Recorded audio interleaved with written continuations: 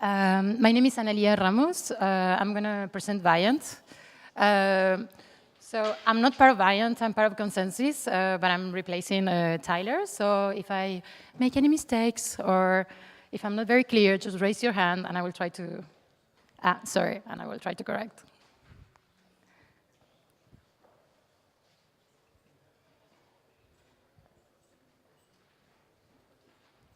Okay, now we can go. So today I'm going to be talking about the supply chain trilemma. The agenda is that I'm going to tell you about this trilemma, then I'm going to talk to you a little bit about Viant, and last about seed to salsa. There is one use case, and I don't think we will have time to Q&A, but we will try. So, the supply chain trilemma, the thing is that today, but without blockchain, there is no solution that actually solves for a system that is transparent, scalable, and shared, or that we have a shared truth within all the actors, including the consumer. So the thing about this trilemma is that, for example, if I have a supply chain and I have n actors and I want to add a new actor to this supply chain, and I want to have access to all the events that happen within this supply chain, then me as a new actor, I have to connect with the systems of all the previous existing actors. So that means that previously, each of these n actors participating in this supply chain, they had to integrate their systems to the other end. So if we want to have an scalable network, then we have an n complexity problem in order to escalate each time that we want to add a new one or to retire one. We would say that the supply chain is transparent if every actor of the supply chain has access in real time to every event that happens in all the supply chain. So if we think about, for example, the production of a salsa or a sauce, I swear to God that the salsa was not my idea. Being a Latina doesn't have any relation to talking about salsa. So the thing is, in a supply chain for salsa, you will have many producers, many farmers, many packagers, the people that is doing the packaging itself, and you will have a lot of actors. And it's very difficult to actually share in real time the events that are happening. If you want to have a blockchain, a supply chain, that is scalable and at the same time is transparent, so you will have to trust in one actor that usually is going to be the actor that has more power in this supply chain, and he is going to be the one having a central system where everyone is going to connect to share their events, and so we have to centralize trust. But the thing is, this is not going to be tamper-proof. And what we see today is that when this happens, and we have a centralized system where we can see all the information, we see all the other actors that are duplicating these databases, making copies, because we say we trust, but we really don't trust. So actually, there is a lot of duplication and really a lot of cost overhead in having this kind of system. On the other side, if we want to have a completely transparent, but as well we want everyone to have the shared truth, what we can do is that every one of these actors will share the events that they participate with all the other actors. So that means that, as I was saying before, every time we add a new person, then we will have to connect to all the other systems. So this gives us finite scalability, and then lineage, if we talk about lineage, it means that we actually have the information of the product since the beginning of the raw materials to the end, where actually I'm a consumer and I want to know everything that happens in every single step. But it's not only for the consumer, but as well if I'm a company, and for example, I'm the one producing the packaging for the salsa, and in some given time, it happens that, for example, the farmer cannot produce enough tomatoes. The only way for me to make a good decision about keep producing packaging for the salsa that it may not be produced, or start doing the products for another client. If I don't have the information of the first part of the chain, then I don't have the complete lineage, and I cannot make timely decisions. So The good thing is that now we have blockchain, not only to save the world, but as well to solve for supply chains.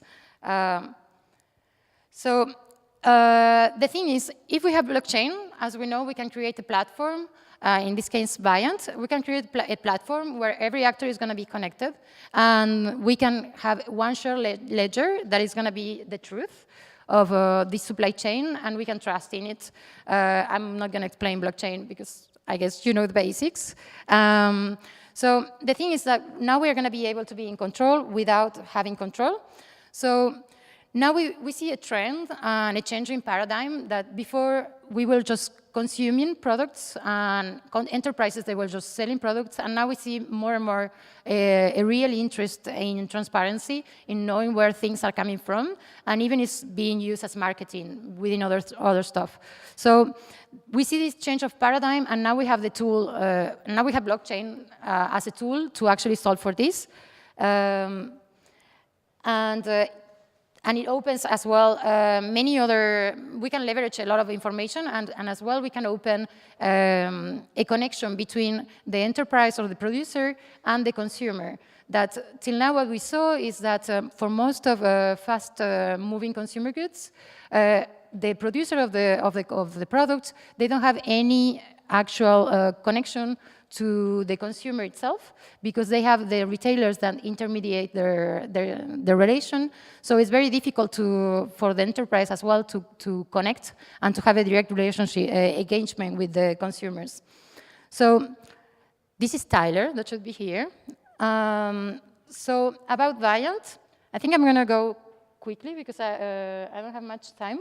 But okay, but Viant was created inside of consensus. It's a consensus formation.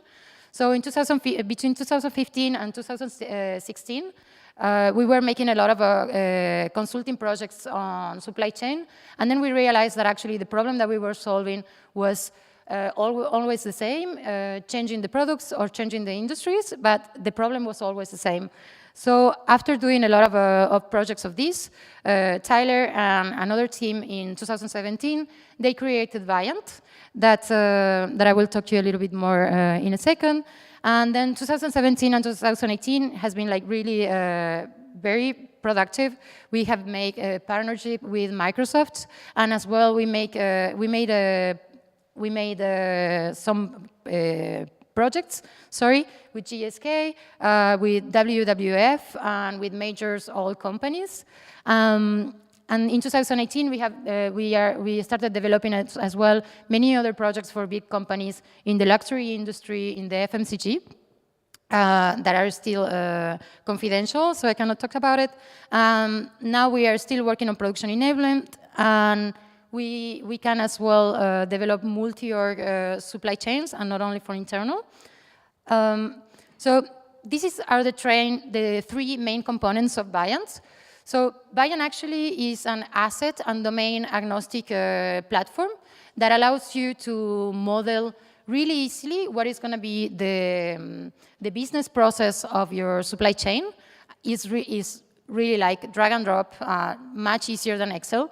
Once you model your business processes, you're going to declare what are your attributes, what are your assets and their attributes, and then you're going to create the roles and permissions, not only of the people that is all the actors that are involved on the supply chain, but as well if you want to connect IoT, you just need to create a role for this IoT, and it will behave as any other actor.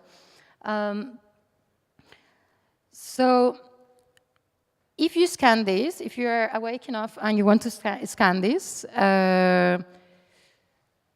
it's just a second.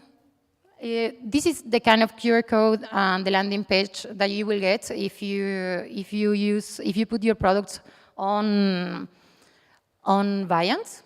So thank you for scanning. You're very kind. So the idea is that nowadays, so what it will happen is like every time that one of the actors makes an event or something happens inside of the blockchain, inside of the supply chain, each of these events is going to be recorded on blockchain, and then it's going to be retrievable by this QR code. So actually, if you see on the QR code, you have like 3 options. The first one will give you all the information about the supply chain. You can go further and see on a map where this was harvested. If you are interested in consuming local, you can actually know if not only the product, but all the ingredients are local. And as well, you can have information, like you can have a connection with your customer directly. If you are a producer, for example, you're a big brand, and you want to make an offer, you want to make a marketing campaign, or you want to give a discount on site, on the supermarket, so the person has an incentive to buy right away, then you can actually put it embedded in this QR code. And last but not the least, actually, we have seen a lot these last years, a lot of problems with security, with food security, and a lot of product that has to be recalled. So this recall of products actually implies a real high cost, because it has to be organized. You have to make a lot of communication, because the consumer has not access to know actually if his product is the one that is that it shouldn't be consumed. So you can recall a product on this app. So actually, if I scan a bottle of something in the supermarket, I can know if this one I have to recall it or not, and if or the next one to it is good or not. So if I'm at home and I have a product that I have to recall, or that has been recalled, actually I can scan the QR code, recall it, throw it away, and I immediately get a coupon on my phone that allows me to go and get a new one. So, okay, so the good thing about this is that you don't have to have one other extra application on your phone. You don't need to ask the client to install your proprietary app, that you know that there is a lot of friction on that. So actually, you can make your own landing page with your branding, and in really easy steps, you can get a full connection with your consumer. The other good thing about Viant, now that I know that I have a little bit more of time, is that actually we are using in the backend, we are using Kaleido. So once, even if you are not a tech person, if you know about your process, if you know exactly how to model your business process, then you can create the whole platform. You can declare the processes, the users, and the attributes, and everything. And then just by clicking to deploy, it will deploy the smart contracts and all the infrastructure behind, completely transparent to you. So it allows it allows the people that it actually that knows about the supply chain to deploy the solution on blockchain without having to go much further down on knowing how to code and how the blockchain is working behind. So that's pretty much it. I don't know if you have questions. Yes, I think he's going to give you the mic.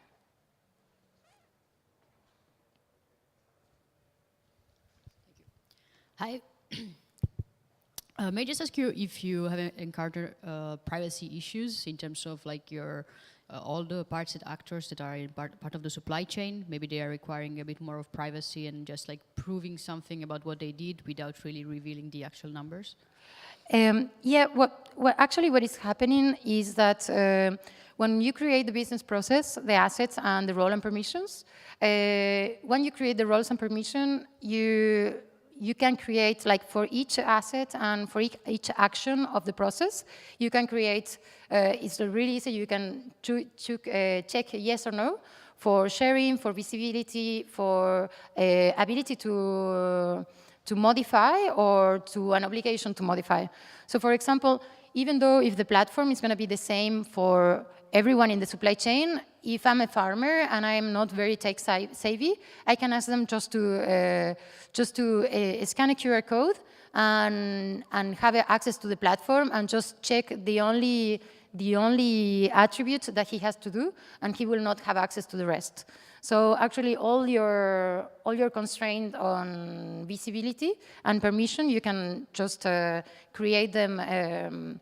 You can declare them inside of the platform. Thank you.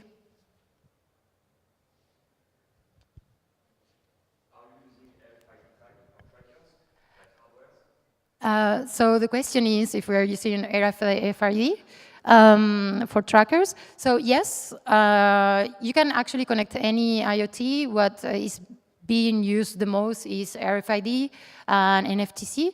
For example, for the project that we did for WWF, it was bait to plate. So actually we were tracking tuna fish. And there was an RFID tracker on the fish that allow us as well to control. We had sensors to control humidity, temperature, within other things. And actually what we do is that you can connect, you can create, as I was saying before, just a role, and a specific role for each of your IoTs. And this will create it as if it was any other actor of the chain.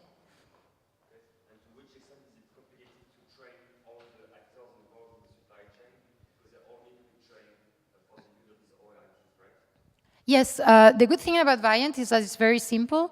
And I was myself, when I was learning about Viant, I do consulting on blockchain, and I worked in logistics a lot of time. I have a background in oil and FMCG, and I can tell you that every logistics software that I use was like so complicated, and Viant is it's super easy because the fact that you can actually mask the permissions of for each specific role, it makes that if you are an actor that has no much complexity inside of the supply chain, then the complexity of your interface is going to be really easy. It's much more easy than filling an Excel file. It's really like it's click here, and then you're set to go. And you can see the demo on Coursera, or you can find bait to plate as well on YouTube. Thank you. Yeah, how do you convince all the members of the supply chain to use your products? Because if some don't use it, the chain is lost. Yeah, I understand. So this is a question that we have very often, and it's complicated. But the good thing is that supply chain is broken in a way. I don't want to use broken because everyone uses this word to say to talk about Web 2.0. But the thing is, it's so complicated nowadays to find to make everyone to collaborate within a supply chain that actually this creates a way where you can collaborate and at the same time you can receive the benefits. Like till now, we see that the biggest supply chain software actually are imposed by the bigger actor. So it's going to be the strongest actor that is going to say, okay, this is my system. You connect to it, and I will let you know what is happening. And the fact that with blockchain, you can actually onboard all the people and let them know that they will also have access to the information that will allow them to make better decisions based on data. That makes it easier to convince. And as well, you can offer to create consortiums that makes things much easier. Like for example, for the oil case, we started working with one of the actors, and at the end, a consortium was created. Hello. Hello. I have a good question regarding the processing. How do you solve this problem about tracking the assets and comparing to the final product? How can you prove that the final product is made out of the raw asset by the processing system? I'll give you a short example. It's a famous story here in France about beef lasagna. So you can prove that the beef arrived to the factory, but it was made out of horse meat, right? So how do you solve this problem about the link between the final product and the raw assets? Okay, so the thing is, even though blockchain is going to save the world, there are some stuff that we cannot solve. But there are some tricks or some constraints that you can use in order to limit the possibilities of trick the input. So, for example, if I don't know if it's a farmer who holds the cows, but the thing is, if I have 5 cows, then what I can do when I define my process is to define a maximum of production per month for example, or a maximum of production per year, that will allow me only to input this maximum amount. So as everything is deployed in smart contracts, actually you can input the logic that will check the data, that first will not allow you to input more cows that you are actually able to produce in good conditions, but as well it will allow you to check, to make you can run algorithms at in certain periods of times that will allow you to see if someone is always producing at the maximum. So if you have someone that every month collects 100 tomatoes and that's their maximum, so then something may be wrong, because usually you don't have the same maximum production every time. So this is one of the ways that is being used. For example, this kind of system is used as well for supply chain, for certificate of origin on green energy.